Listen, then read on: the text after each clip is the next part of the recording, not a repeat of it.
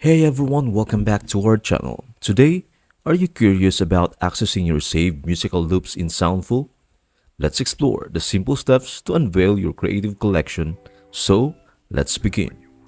To view your cherished musical loops, start by navigating to the My Libraries section.